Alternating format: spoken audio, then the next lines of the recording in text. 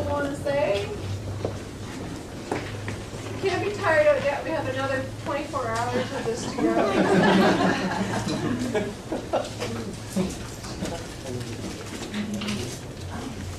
Questions or comments? There's something I want to ask. For Solange, I guess, obviously.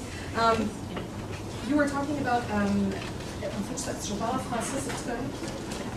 Les mouvements d'action catholique, depuis le personnalisme et tout ça qui était présent au Québec. Et puis, on dirait que qui était quand même, disons, moins conservateur que d'autres mouvements dans l'Église. Comment ça se fait que ça d'après toi, ça ne s'est pas transféré à la génération des baby boomers? Comment ça, parce que je regarde, en fait, autour de moi, la génération de mes parents sont profondément anti-cléricaux.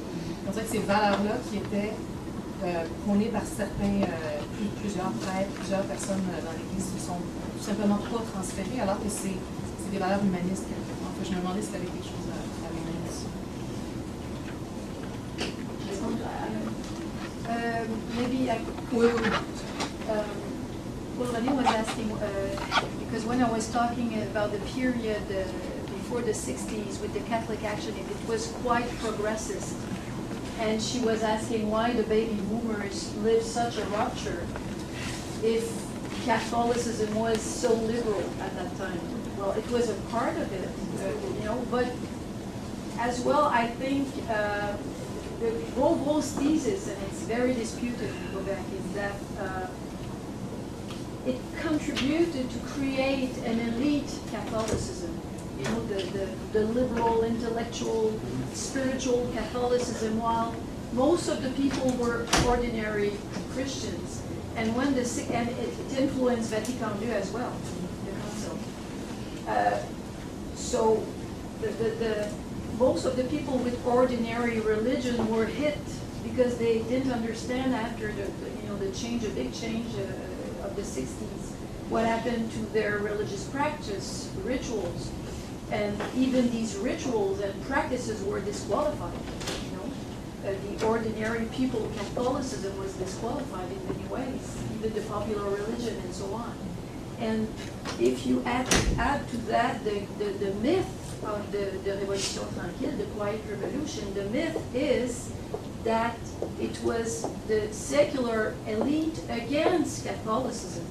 So the secular elite, in many ways, or the way historians at the beginning constructed their understanding of that period, is that Catholicism was not involved at all. And young historians, because we could do a study of young historians in Quebec since about 20 years or 15 years, they're trying to recreate, even if they are non-believers, or they can be believers or not, but they're trying to rebuild a more accurate connection to the past. And they criticize the baby boomers. They say, why did you invent that big story of the purely negative role of Catholicism? So it's very interesting, but it's very disputed. Yeah, it's just interesting to see how that generation really created sort of that myth, right? And it's you can, and they're intelligent people, but you can talk and try to convince them that there was some good in the Catholic institution, and they will never agree to that. They will actually break and feminists, baby boomers, feminists are very critical. They say it was a man thing in the 60s. The new bureaucrats who wanted to present themselves as the saviors of Quebec. But anyway, it's a big debate. Can I ask a question? Curious about all these Chinese evangelicals, with the interest over the years in the circulation of saints is going on, where evangelicals are really not recruiting from outside of the evangelical ranks to any extent, with the circulation going on. Is this a global circulation of saints in the case of these Chinese students? Or when they arrive here, are they already evangelicals? Absolutely. One of Canada's largest churches is Chinese Evangelical Church. Membership, we're gathering every week over 4,000 people, which is quite large for Canada in evangelicalism. Huge facility.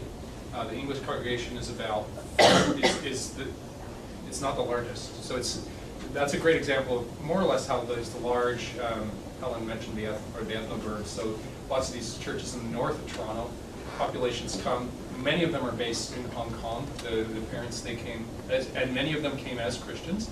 But there's also been considerable conversion within that generation, first generation.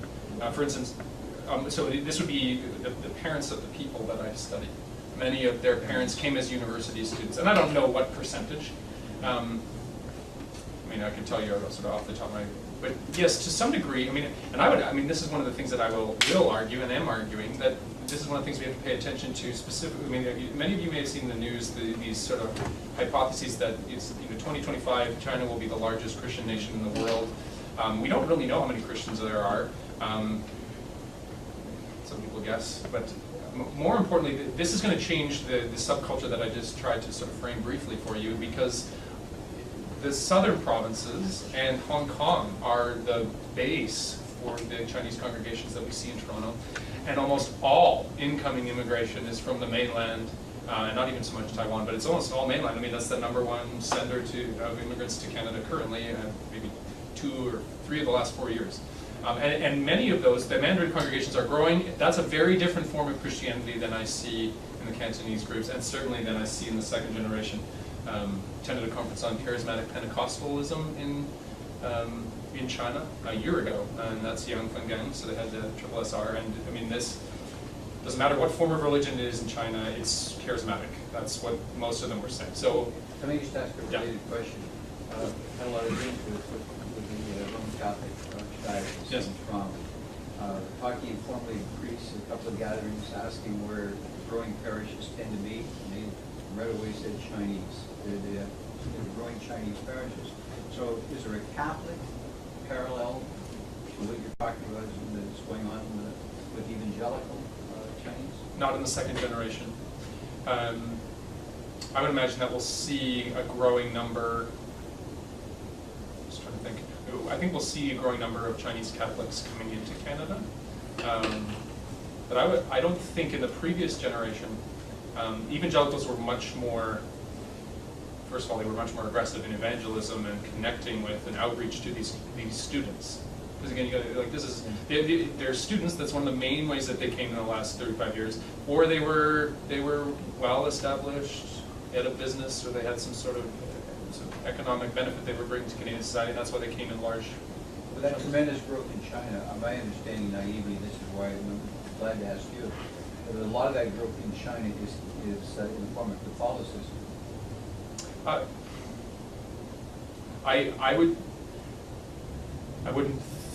don't know what to say. I mean, first of all, because I don't study Catholicism exclusively, and then my understanding of China, I mean, it's possible that it is. But I think that for instance, one of the reasons we don't know how many there are is because of the sort of the grassroots, linguistically marked church planting evangelical efforts, which they're not on anybody's survey, and they're not even necessarily on somebody's mission board. I mean, there's some scholarship that points to the indigenization of the Christian church in China following the Cultural Revolution. All foreign missionaries were kicked out, and Christianity, as it stood in China prior to the 1950s, just ceased to exist, and it became it became indigenous, it became Chinese. So whether or not we'll see that transferring into Catholic parishes in Canada, or say in downtown, I think there's way more Filipinos filtering into Catholicism in Toronto specifically. I would pose that as a hypothesis. And then, Latin America, Brazilians. I would think that those have higher numbers of Catholics. But sorry, I'm monologuing.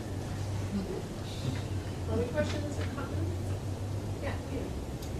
This might relate to all four papers, but certainly I picked this up in Regis and Solange's and Amy's, and there's a hint of it in Scott's too.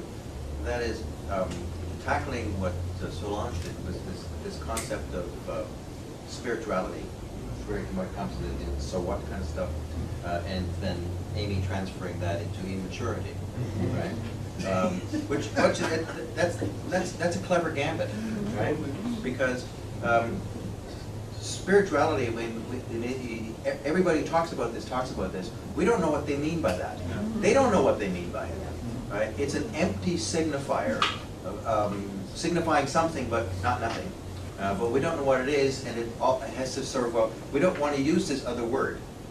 It's got that quality, but it's also got that quality of that kind of fluidity, right? And, you know, there's something happening here, but you don't know what it is, do you, Mr. Jones? It's that sort of quality, and that brings me to the constant question that we seem to be asking of the youth here, about, there's now three things going on. One, is this just an age thing? Is this a maturity thing, right? But you're actually implying not, because the people you're interviewing, they're not necessarily youth. They're probably younger than I am, but that's not a big deal. So it's just okay. not old. It's okay. You've got that kind of process, life process thing going on. But you also got the societal thing going on, like, you know, we're living in different times, and this is another part of that whole thesis. Like, religion ain't what it used to be, never will be again. But then there's the third one, kind of escaped me now, though. I was talking too much. That's the old one. That's the old part. At least I'm not going to use that as an excuse. Oh yes, the third one is, and this has come up a number of times, is who's doing the watching, right? To what degree is the change in between, in this space here, right? And in all our corresponding spaces there. So you've got these three things there: change in observation, change in broader social phenomenon, and life cycle changes that we're used to looking at and examining. Now, that's probably been a constant of this kind of research for a long time, and this is not the first workshop conference on youth and religion. I mean, it happens all the time, and it almost always there's a trope to this, right? Theme. When you have a conference on youth and religion, somebody's going to be worrying about what's happening to the youth, right?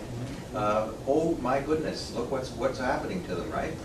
Since Plato, I think, you know, and before. So it's kind of like when we have these kind of things, we're looking at the fluidity and the danger, right? But now we're also kind of trying to see ourselves as immature. So I'm just wondering how we're ever going to get that kind of conceptual and observational fluidity under sufficient control to be able to say something meaningful about the personal social fluidity that we're actually trying to get a handle on, and what kind of strategies we might use to be able to do that. What kind of conceptual violence are we willing to engage in to get anywhere with it? You're saying we never ask. You know, it's interesting. What do you mean? You say we never ask them what they mean by spirituality. Well, yes, we do, but they don't know. No. But one of the ways, and I'm not saying this is the answer. You can easily prove this, but between 2000, we nationally with adults, so 18 and over, we asked people a very simple thing: do you feel like you have spiritual needs? Okay, so yes or no. Then follow it up by saying, what do you mean by spiritual? What we found is that, first off, large number, I think, I forget exactly, something like 75–80% of Canadians saying they have spiritual needs. When we cataloged it, I'll tell you that open-ended thing, we honestly had a philosophy major quoting that. It was just terrible. But we found that at the end of the day, about half of the results, literally we said 52%, were expressing spirituality in terms that were fairly identifiable, kind of, we called it conventional spirituality, and you know, it was tied to God, it was talking, you know, various practices that people are familiar with, experience, and so on. But the other 50%, we just didn't hardly have a clue where to begin. It's so subjective, so individual. Well, that's precisely my point. Yeah, and that's that. But they had an idea, but wow, you know, feeling at one with myself and the universe, you know, kind of stuff. And those are the easy ones, you know, those kind of things. Just totally subjective. So they have an idea, but it's just that it's so all over the map. You know? It's kind of like Zen. Everything's Zen. Scott, you want to tackle that? Well, no, I don't.